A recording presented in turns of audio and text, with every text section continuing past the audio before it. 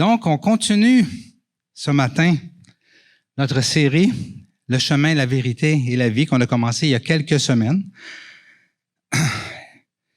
Et ce matin, j'avais à cœur de parler de la vérité. On a le premier message, quand j'ai introduit le sujet, j'avais parlé plus du chemin. Et j'avais exploré avec vous le fait que Jésus avait un chemin précis, mais sa lumière, vu qu'il est le chemin pour nous aussi, c'est d'éclairer chacun de nos chemins et de nous aider à découvrir chacun de nos chemins. Okay? Et que si on est dans son chemin, bien vraiment, la gloire de Dieu va se manifester par nos vies. Et on va arriver à la fin de nos jours rassasiés de ce que Dieu a fait en nous et autour de nous. Amen.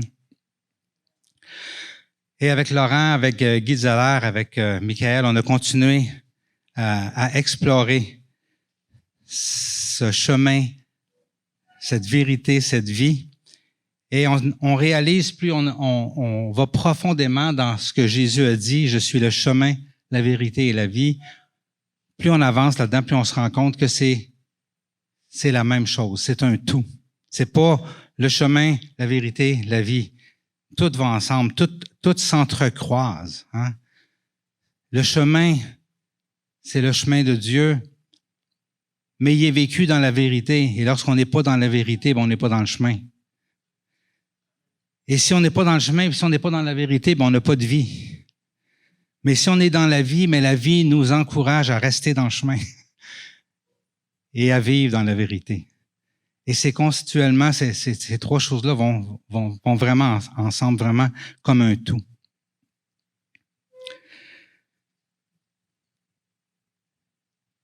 Quand j'avais préparé mon message sur le chemin, ce que j'avais à cœur, c'est que mon deuxième message porterait sur la vérité qui nous aide à rester dans le chemin. Mais je vous en parle dans 2 semaines. Parce qu'avec tout ce qui se passe dans le monde, j'ai été plutôt interpellé à regarder à ce qui se passe au Moyen-Orient et essayer de voir qu'est-ce qui cloche là-bas. Et ce que Dieu m'a parlé beaucoup, c'est que c'est un problème de vérité. Il manque la vérité au Moyen-Orient. Et c'est ça que j'avais à cœur d'explorer avec vous autres ce matin, parce qu'on regarde tout vers ça, on entend ça s'arrêter, on regarde les nouvelles, on est affecté par cela. Hein? Nous, les chrétiens en particulier, qui avons connu Jésus-Christ, qui est né dans ce bout-là, qui a grandi, qui a commencé son ministère public et qui a parti une bombe qui se répand à travers le monde depuis 2000 ans. On est issu de ce qui s'est passé là-bas avec le peuple de Dieu. Alors, ça nous affecte, il faut en parler. Il faut essayer de comprendre qu'est-ce qui se passe. Amen.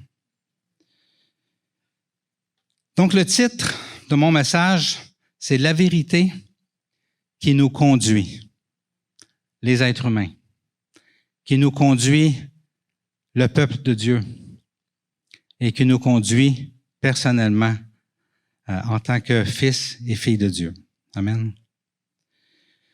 Est-ce que c'est la vérité en ce moment qui conduit le monde? Vraiment pas. Hein? Est-ce que c'est la vérité qui conduit le Hamas? Est-ce que c'est la vérité qui conduit Israël en ce moment?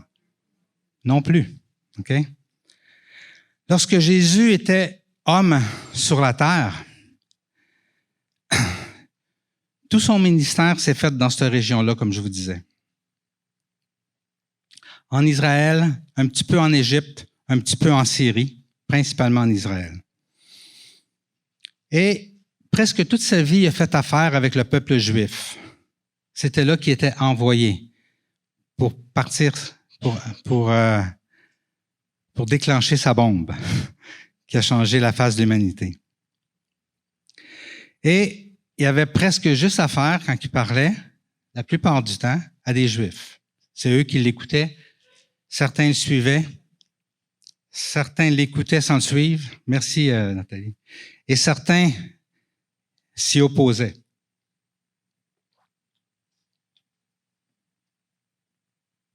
Donc, Jésus parlait à des Juifs qui croyaient en lui et il parlait aussi à des Juifs qui ne croyaient pas en lui. Jésus, c'est mon héros pour bien des raisons, mais celle-là est particulière. Jésus se cachait pas avec son petit groupe de croyants. Jésus parlait publiquement devant tout le monde. Ceux qui savaient qu'il était contre lui, autant que ceux qui savaient qu'il était avec lui, autant que ceux qui étaient indifférents. Parce que Jésus était venu avec une mission particulière, c'était de faire connaître la vérité à travers tout le monde, d'exposer la vérité à travers tout le monde, croyants et non-croyants. Et un petit peu avant de dire à ses disciples, « Je suis le chemin, la vérité et la vie », quelques jours avant, Jésus a dit aux Juifs croyants, devant les Juifs non-croyants, alors il dit aux Juifs, dans Jean 8, 31, 32, alors il dit aux Juifs qui avaient cru en lui, « Si vous demeurez dans ma parole, vous êtes vraiment mes disciples. Vous connaîtrez la vérité, et la vérité vous rendra libre. » Donc, il disait ça devant ceux qui croyaient et ceux qui ne croyaient pas. Mais c'est à ceux qui croyaient qu'il disait, « Si vous demeurez dans ma parole, vous êtes vraiment mes disciples. Vous connaîtrez la vérité, et la vérité vous rendra libre. » C'est un verset qui est tellement riche, qui s'adressait à des Juifs. Des Juifs qui avaient cru, il dit aux Juifs qui avaient cru en lui, donc il était devant ceux qui ne croyaient pas aussi, il était devant les opposants. Et là, Jésus venait mettre une division entre les Juifs. Ceux qui croyaient et ceux qui ne croyaient pas. Et il leur dit, si vous demeurez dans ma parole, quelle parole? Bien entendu, il y avait les Écritures qui étaient déjà écrites, l'Ancien Testament. Mais là, il ajoutait quelque chose d'autre. Sa parole à lui. La parole de Jésus-Christ, qu'on connaît aujourd'hui à cause du Nouveau Testament qui a été écrit. Donc, il disait aux Juifs, si vous demeurez dans ma parole, incluant l'Ancien Testament et ce que lui disait au moment où il parlait, vous êtes vraiment mes disciples. Vous connaîtrez la vérité et la vérité vous rendra libre. Ceux qui avaient cru en lui, ils vivaient quelque chose en dedans d'eux autres, comme chacun de nous autres, on a déjà vécu, ceux qui croient. OK? Et ceux qui sont en recherche, je vous invite vraiment à ouvrir vos cœurs à Jésus. Vous allez vivre des choses en dedans que vous n'avez jamais vécues, que vous pensiez jamais vivre avant.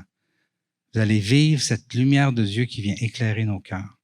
Et c'est simple, c'est juste de dire, Jésus, viens en moi. Je veux t'accepter comme mon Seigneur, mon Sauveur. Je veux que tu vives dans ma vie. Et il va se passer le miracle que tout le monde qui font ça vive, c'est que l'Esprit de Dieu va venir naître dans votre cœur. Et vous allez ouvrir vos yeux à quelque chose de nouveau. Alors, je vous invite, ceux qui n'ont pas connu Dieu, à le vivre. Mais ceux de ce temps-là qui écoutaient Jésus, ils vivaient quelque chose en dedans de lui lorsque Jésus disait ça. Si vous demeurez dans ma parole, sa parole venait les frapper. Vous êtes mes disciples. Il avait le goût d'être ses disciples. Il ne savait pas pourquoi, il ne comprenait pas tout à fait, mais il avait le goût de suivre ce gars-là. Vous connaîtrez la vérité. Il vivait, au moment où Jésus parlait, une ouverture d'esprit qu'il n'avait jamais vécue avant. Et la vérité vous rendra libre. Et c'était des gens qui se sentaient, par les paroles de Jésus, libérés de tous les fardeaux de leur vie. Amen. Par contre, ceux qui n'avaient pas cru, eux autres sentaient que de l'opposition dans leur cœur.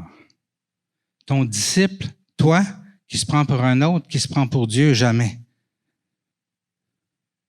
On a déjà la vérité. On a la Torah. On a Moïse, on a les prophètes. Et on est les descendants d'Abraham. On n'a pas besoin de ta vérité, on a la vérité. Et nous sommes libres parce que nous sommes les descendants biologiques d'Abraham, le patriarche, le père du peuple choisi par Dieu. Les opposants, c'est ça qu'ils ressentaient, avec colère, contre ce gars-là, qui voulait leur faire croire qu'il était pas, que ce qu'il avait hérité, c'était pas suffisant, qu'il avait besoin de plus que ça. Actuellement, autant les Juifs que les Arabes sont des descendants d'Abraham. Ils justifient qui ils sont et ce qu'ils font par le fait qu'ils sont des descendants d'Abraham. Leur identité, la terre qu'ils revendiquent, que Dieu a donné à Abraham, l'héritage que Dieu a promis.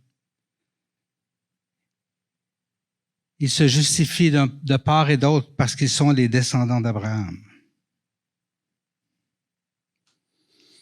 Dieu a fait des promesses à Abraham que sa descendance bénirait toutes les nations. On a connu sa descendance.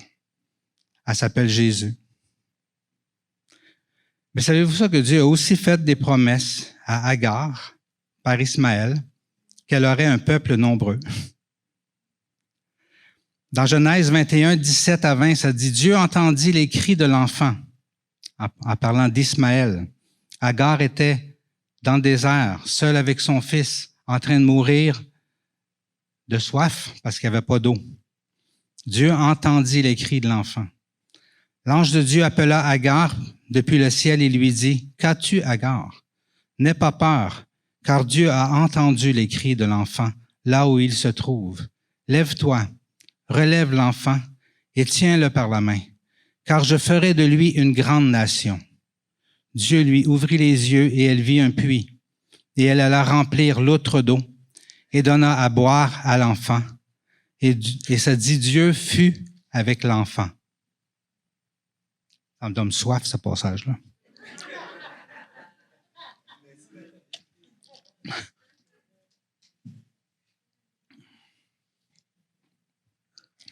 Dieu fut avec l'enfant. Est-ce que Dieu aime les Arabes? Dieu aime les Arabes.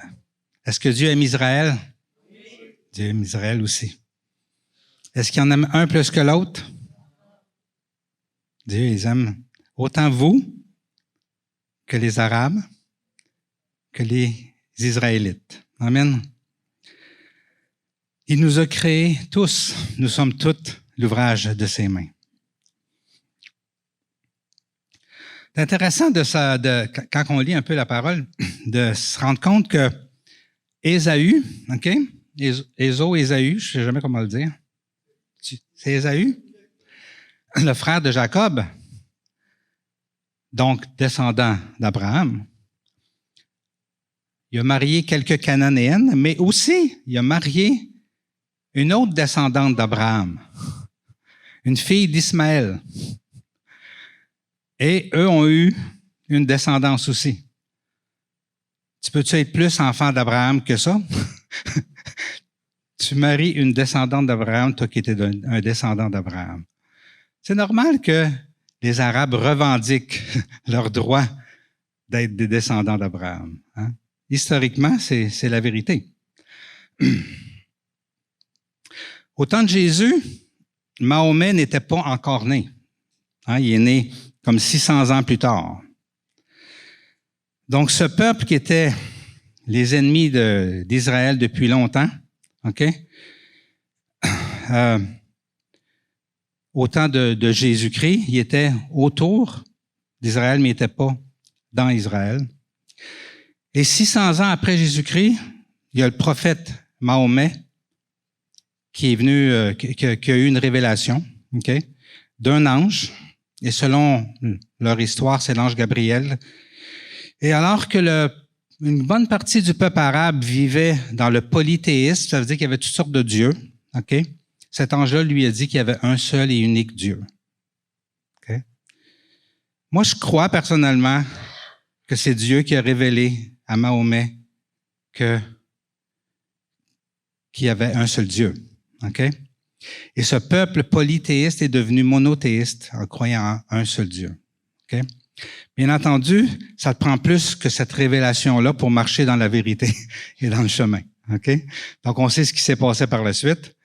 OK? L'être humain s'est mis là-dedans et bien entendu, ça a donné ce que ça a donné aujourd'hui. Mais, il continue de croire en un seul Dieu créateur.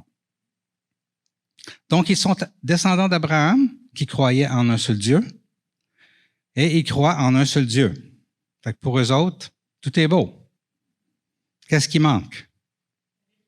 La vérité. Amen.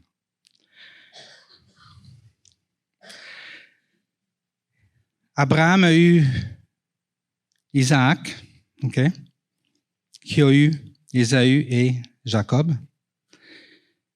Et Dieu a fait une promesse, et Abraham a eu d'autres enfants, Ismaël et d'autres qu'il a eu par la suite. OK? Et Dieu a fait une promesse à Abraham aussi. Et la promesse qu'il lui a faite, elle passait pas par Ismaël, mais elle passait par Isaac. Et elle passait pas par Ésaü, mais elle passait par Jacob. Ça dit, l'Éternel lui adressa la parole en parlant d'Ismaël. Ce n'est pas lui qui sera ton héritier, mais bien celui qui naîtra de toi. Après l'avoir conduit dehors, il dit, regarde vers le ciel et compte les étoiles, si tu peux les compter. Il lui affirma, telle sera ta descendance. Abraham eut confiance en l'Éternel, qu'il lui compta comme justice. La descendance d'Abraham que nous, on a connue, qui est Jésus-Christ, et qu'on connaît personnellement et avec qui on a une relation, c'est celui de la promesse, celui qui passe par Isaac, celui qui passe par Jacob et le peuple juif, et qui est né dans le peuple juif, qui est Jésus-Christ. Donc, selon la Bible, les Israélites sont le peuple choisi. La Bible ne se trompe pas. Ils sont le peuple de la promesse. Et nous avons connu le descendant par lequel Dieu a dit à Abraham, toutes les nations du monde seront bénies par ta descendance. Jésus-Christ, celui qui est, celui qui était, celui qui vient, l'alpha, l'oméga, le début, la fin, le centre de toute la création de Dieu, celui par qui tout a été créé et celui sans qui rien n'a été créé, c'est lui qu'on a connu. C'est lui, le Fils de la promesse. Amen. Mais les Juifs qui étaient là devant Jésus et qui ne croyaient pas, avaient beau être des descendants d'Abraham, en ne croyant pas en Jésus, ils s'excluaient de la promesse que Dieu avait faite à Abraham. On va revenir à Jésus.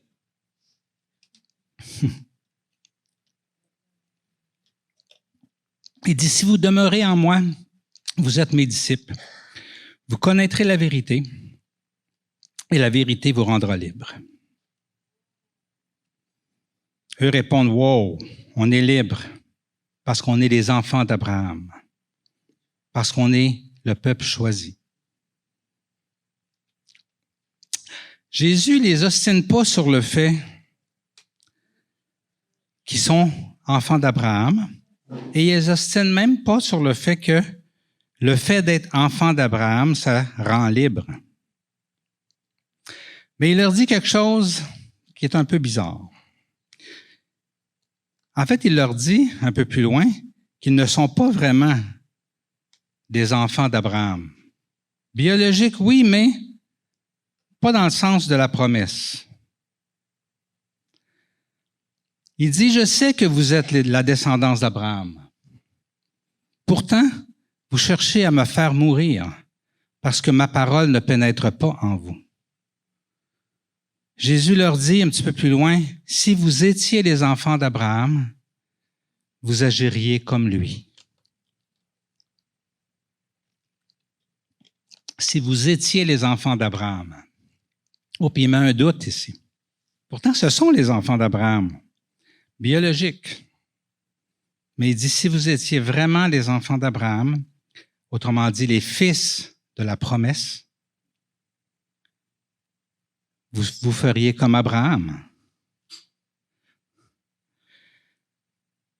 On vient de dire que tous les prophètes, toute l'Écriture parle qu'ils sont les fils d'Abraham par Isaac, par Jacob et les fils de la promesse. Et Jésus dit, si vous étiez les enfants d'Abraham, vous agiriez comme lui. Intéressant de voir qu'il nous manque un prophète ici. On n'avait pas encore écrit sur lui au temps de Jésus. C'est le dernier des prophètes de l'Ancien Testament. Celui que Jésus dit le plus grand des prophètes de l'Ancien Testament, de l'Ancienne Alliance. Et son nom, c'est Jean-Baptiste. Voilà ce que le plus grand des prophètes de l'Ancien Testament a dit. En fait, on va regarder dans l'Évangile de Jean qui en parle.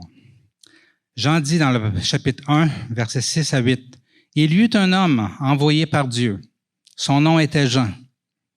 Il vint comme témoin pour rendre témoignage à la lumière, afin que tous croient par lui. Il n'était pas la lumière, mais il vint pour rendre témoignage à la lumière. » Jean-Baptiste est venu pour préparer le chemin du Seigneur. On en a parlé dans le prophète Ésaïe en avait parlé plusieurs centaines d'années avant, qui serait là pour préparer le chemin du Seigneur. Et Jean dit qu'il n'était pas la lumière, mais il est venu rendre témoignage à la lumière. Et la lumière, bien entendu, c'est Jésus-Christ.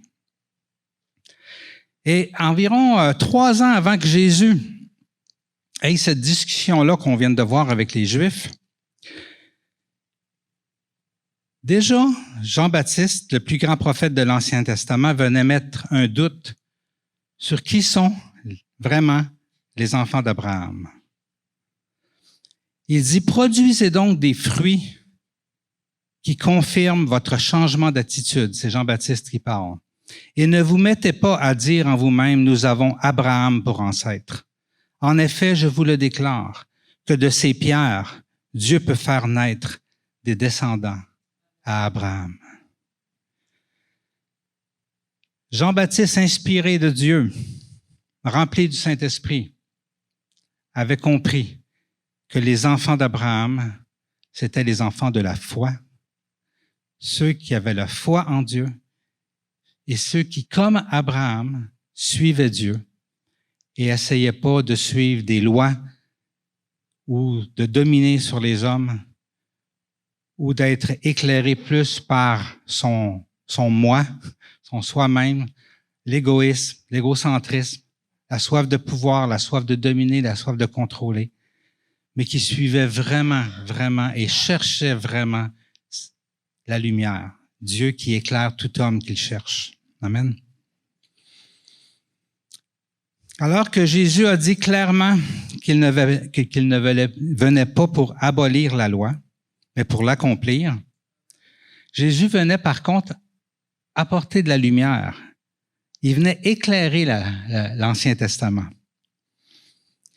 Il venait apporter une explication, une révélation, une compréhension de tout ce que Dieu avait fait depuis Adam jusqu'à lui, dans les 4000 dernières années, en passant par Abraham, par Moïse, par les prophètes, jusqu'à sa venue. Il venait mettre de la lumière. Et en apportant la lumière, il apportait la vérité. Cette vérité incomprise, cette écriture incomprise, parce qu'il manquait la vérité pour l'éclairer. Il leur manquait Jésus. Jean avait préparé le terrain en disant, vous avez mal compris c'est quoi des fils d'Abraham. Et l'apôtre Jean, dans l'évangile duquel il est écrit, je suis la vérité, le chemin, la vérité et la vie au chapitre 14, après avoir parlé du prophète qui annonçait cette lumière-là, ok? Jean il dit ça dans le verset 9 du chapitre 1. Cette lumière était la vraie lumière qui, en venant dans le monde, éclaire tout être humain. Elle était dans le monde et le monde a été fait par elle. Pourtant, le monde ne l'a pas reconnue. Elle est venue chez les siens et les siens ne l'ont pas accueillie. Mais à tous ceux qui l'ont acceptée, à ceux qui croient en son nom, elle a donné le droit de devenir enfants de Dieu. Puisqu'ils sont nés non du fait de la nature, ni de la volonté humaine, ni par la volonté d'un mari, mais qui sont nés de Dieu. Et c'est là qu'il révèle. Il dit, « Et la parole s'est faite homme », au verset 14. Elle a habité parmi nous, pleine de grâce et de vérité. Vérité essentielle à pouvoir comprendre Dieu, son plan et ses Écritures. Pleine de grâce et de vérité, nous avons contemplé sa gloire, une gloire comme celle du Fils unique venu du Père.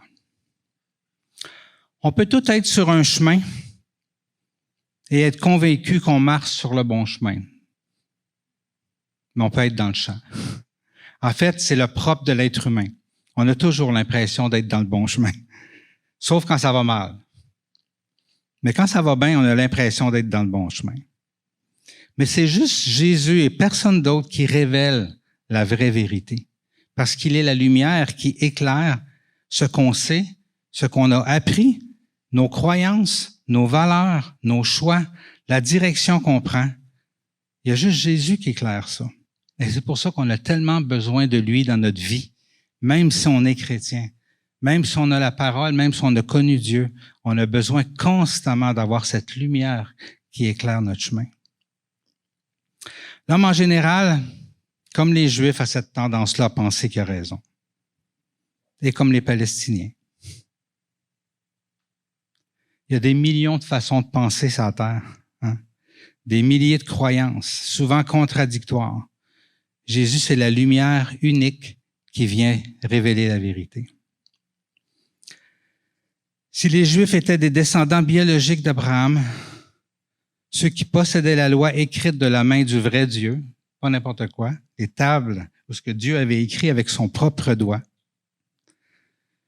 si eux, qui avaient tout ça, étaient dans le champ, combien sommes-nous dans le champ sans la lumière? Amen. On a tellement besoin de la lumière. Jésus sait depuis toujours qu'on souffre, nous autres, les êtres humains, parce qu'on ne marche pas dans la vérité. Et ça, c'est tout le monde. Il sait combien on a la nuque raide, le cœur dur, résistant constamment à d'autres vérités que notre vérité. On est tous pareils. On n'est pas mieux que ceux qui vivent la guerre là-bas. On a besoin de lumière pour être dans la vérité, pour être libre. La lumière, c'est Jésus. La vérité, c'est Jésus. Et lorsque Pilate interrogeait Jésus après qu'il soit arrêté, juste avant qu'il soit crucifié, qu'est-ce que Jésus lui a dit? Il lui a donné sa mission. Il lui a dit sa mission. Je suis né et je suis venu dans le monde. Si je suis né, si je suis venu dans le monde, c'est pour rendre témoignage à la vérité. C'est ça que Jésus est venu faire. Et il dit, toute personne qui est de la vérité, écoute ma voix. Ici, il parle à un Romain complètement étranger aux Juifs, qui a comme Dieu Jupiter, Neptune, Saturne, Vénus, Uranus. Mais cet homme-là, il était interpellé. Il y a quelque chose dans celui qui interroge qui n'est pas comme les autres hommes. Et ça dit, la parole de Dieu a dit qu'il avait peur. Lui et sa femme, tous les deux avaient peur d'être responsables de la crucifixion de Jésus. Parce qu'ils voyaient quelque chose en dedans de lui. Ils ne savaient pas c'était quoi. Nous, on le sait, c'est la lumière. Les Juifs du temps qui avaient l'Écriture ne la comprenaient pas. Ils avaient besoin de vérité pour ne pas être à côté de la traque. Et Jésus leur montre clairement que c'est bon de connaître l'Écriture, mais on a besoin d'être éclairé. Les chrétiens, on a beau aller à l'Église, on a beau avoir la Bible, on a besoin d'être éclairé par la vérité. C'est ce que Guy Dallaire nous disait il y a une couple de semaines. On a besoin de grandir dans la connaissance personnelle de Jésus. On a besoin de le connaître plus, toujours le connaître plus, afin qu'il éclaire notre chemin. Mais on revient aux Juifs, OK, de notre temps, qui ont besoin d'être éclairés, autant qu'au temps de Jésus, même s'ils sont les descendants d'Abraham et possèdent l'Ancien Testament. Comme leurs ancêtres, ils ont besoin de connaître le vrai Dieu, celui qui se donne le nom de la vérité. Et les Arabes, qui ont eu la révélation qu'il y a un seul Dieu, ils ont besoin d'être éclairés. Car depuis cette révélation, ils sont perdus dans toutes sortes de théories humaines, eux aussi. Et en attendant, chacun fonctionne selon leur compréhension, leur croyance non éclairée. Ils s'entretuent, ils recherchent des promesses qui ne sont pas centrées sur la vérité et provoquent plein de désastres humanitaires d'un côté comme de l'autre. Et pourtant, avec la lumière, tout change.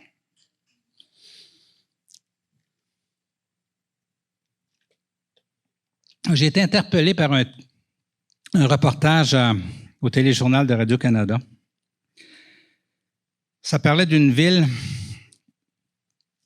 en Israël, comme vous pouvez voir sur la carte, une ville qui est tout près de la Palestine, un petit peu plus haut que la bande de Gaza qui est en bas à gauche, et qui s'appelle Neve Shalom Wahat As-Salam. Dans la photo suivante, on voit que c'est un petit village ordinaire avec un lieu de prière en bas. Et ce qu'il y a de particulier avec ce village-là, c'est qu'il y a des Juifs et des Palestiniens qui vivent en paix, les uns avec les autres. C'est vraiment spectaculaire. Et si vous voulez écouter le reportage, vous pouvez aller soit sur Radio-Canada ou encore sur YouTube. Vous tapez Neve Shalom Wahat As-Salam et vous allez tomber sur le reportage. Qui a fondé ce village? Son nom, c'est Bruno Hussard. Et je vous lis un peu ce que Wikipédia dit de Bruno Hussard. Le frère Bruno, né André Hussard, le 5 mai 1911 au Caire, est mort le 8 février 1996 à Jérusalem, est un religieux dominicain. Il est le fondateur en 1959 de la maison Saint-Isaïe à Jérusalem, puis en 70 de Neve Shalom Wahat As-Salam, l'oasis de paix, un village israélien où coexistent juifs et arabes, destiné à montrer que la paix est possible. Il est né en Égypte dans une famille juive non pratiquante d'un père hongrois et d'une mère française. Bruno Hussard fait ses études au lycée italien du Caire et il intègre l'école centrale de Paris d'où il sort avec son diplôme d'ingénieur et dira-t-il plus tard le désir de construire des ponts entre les hommes. Et la clé est ici. Il découvre le Christ à cette époque et se convertit au christianisme. Cet homme d'origine juive a rencontré la vérité, la lumière qui éclaire tout homme. Et Dieu, Jésus, a éclairé son âme et lui a montré c'était quoi son plan d'amour, de sauver tous les hommes, juifs et non-juifs. Cet homme éclairé a eu l'audace de fonder ce village avec la foi que Dieu pouvait faire un miracle, que Jésus-Christ pouvait faire un miracle. Et ce miracle existe encore aujourd'hui, en 2023. Amen. Lorsque la lumière vient, lorsque Jésus, la vérité, arrive dans nos vies et dans la vie de nation, tout change.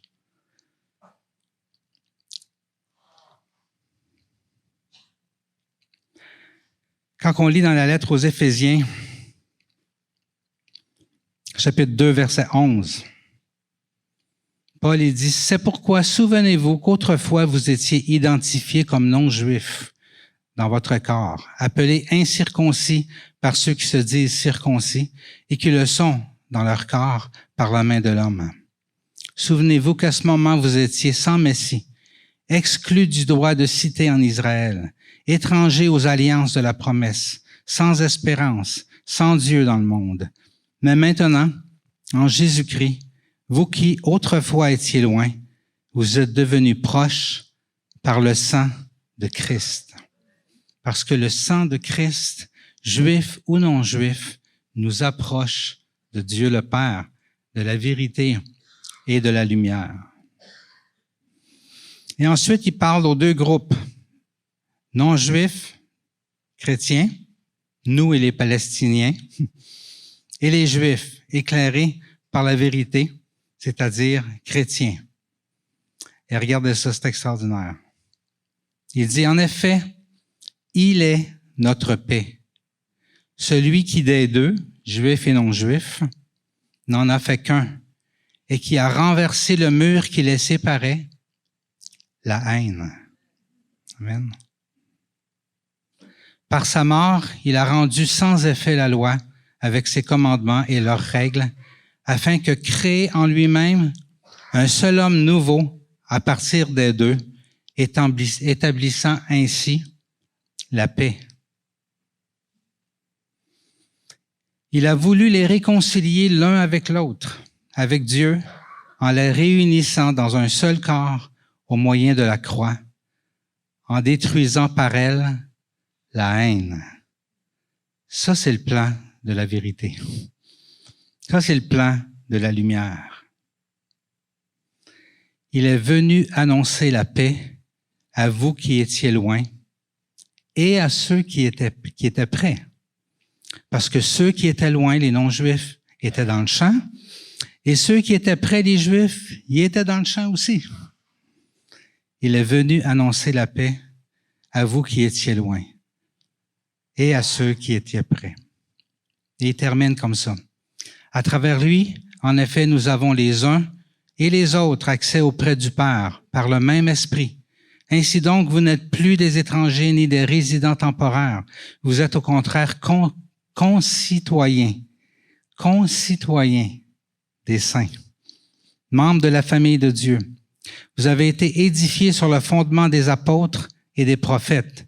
Et j'ai souligné ici, apôtres, Nouveau Testament, et prophètes, Ancien Testament. Jésus-Christ lui-même étant la pierre angulaire, c'est en lui que tout l'édifice bien coordonné s'élève pour être un temple saint dans le Seigneur. C'est en lui que vous aussi, vous êtes édifiés avec eux pour former une habitation de Dieu en esprit. Le plan de Dieu, et ce pourquoi on devrait prier, c'est la paix. Et la paix peut juste venir si Jésus, la vérité, la lumière, descend autant dans un peuple que dans l'autre. C'est la seule façon que la paix peut venir. Sans la lumière, sans la vérité, la paix ne peut pas arriver. Il y a beaucoup de prophéties sur la fin des temps. Beaucoup d'idées, parfois tordues un peu. C'est énorme, ok, tout ce qui se dit. Je vous avoue que j'adhère pas à beaucoup de ces théories-là, ok? Parce que souvent, on rentrera pas là-dedans là, mais c'est chercher loin, c'est de mettre essayer d'unir par forcer des versets ensemble, puis On va juste lire ce matin, on va parler des prophéties de la fin. On va juste lire ce qui est clair. Ça marche dans la parole? Sans rentrer dans ce qui est flou. Et on va aller dans Romains.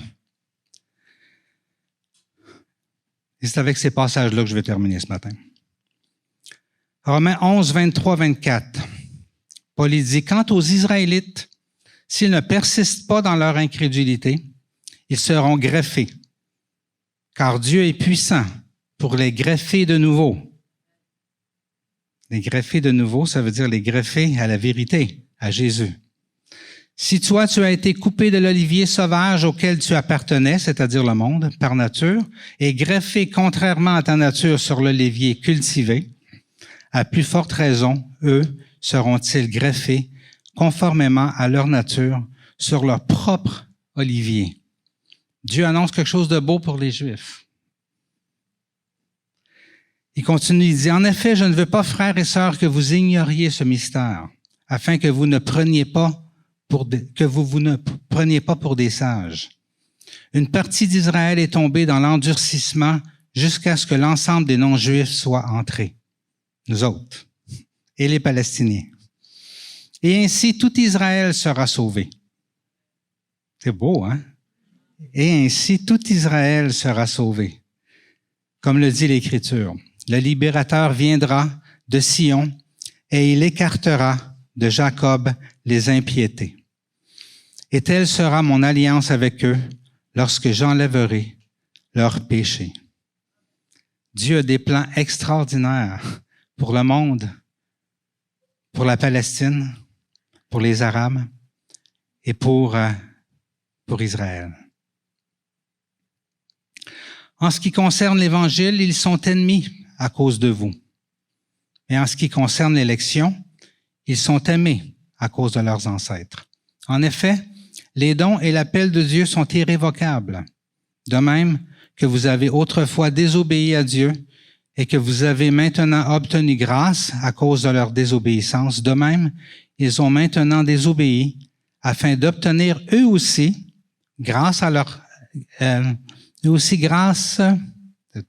cause de la grâce qui vous a été faite, car Dieu a enfermé tous les hommes dans la désobéissance pour faire grâce à tous. Intéressant, nous étions tous dans la désobéissance et nous avons été sauvés par Jésus-Christ, par grâce, pas par nos propres forces. Et ça dit que Dieu a enfermé les Juifs aussi dans la désobéissance afin que, comme nous autres, eux aussi, Dieu leur fasse grâce et qu'ils rejoignent son peuple en Jésus-Christ et qu'ils soient sauvés eux aussi, afin que personne ne se glorifie. Mais le plan de Dieu, c'est de sauver tout le monde. C'est vraiment son cœur, de toutes les nations. Un verset juste un petit peu plus haut dans ce chapitre est super encourageant, dans le 11-15. Il dit, en effet, si leur mise à l'écart a entraîné la réconciliation du monde, que produira leur réintégration, sinon le passage de la mort à la vie? Le futur qui attend le monde, et que je crois fermement dans mon cœur, c'est qu'il va y avoir un réveil dans toutes les nations, et qu'il va y avoir un réveil chez les Arabes, où les gens vont se donner à Christ. Et ensuite, Israël va être sauvé. Et l'effet du salut d'Israël va avoir un effet encore plus grand dans un plus grand réveil mondial. Je crois sincèrement que c'est ce qui nous attend. Et vous savez, alors que plusieurs essayent de chercher des signes, quand est-ce qu'ils vont faire ci, ils vont-tu reconstruire la temple, il va-tu avoir un antichrist, puis tout ça. Je rentre pas là-dedans. Je vous dis que j'y crois pas beaucoup. Au lieu de regarder ça, prions pour ce qui s'en vient. Pour le salut des âmes dans le monde, pour le salut des Arabes, pour le salut d'Israël et pour le réveil mondial. C'est là-dessus qu'il faut focusser, mes frères et sœurs. Parce que ça, c'est l'espoir qui nous habite. Amen. Je vous laisse avec ce verset-là, puis je vais inviter les musiciens parce que le dernier chant, moi, il vient vraiment me chercher. Je trouvais qu'il allait tellement avec mon message. On va réintercéder avec ce chant ce matin. Quelle profondeur ont la richesse, la sagesse et la connaissance de Dieu, que ses jugements sont insondables et ses voies impénétrables. En effet, qui a connu la pensée du Seigneur ou qui a été son conseiller? Qui lui a donné le premier pour être payé en retour? C'est de lui et par lui et pour lui que sont toutes choses. À lui, la gloire dans tous les siècles des siècles. Amen.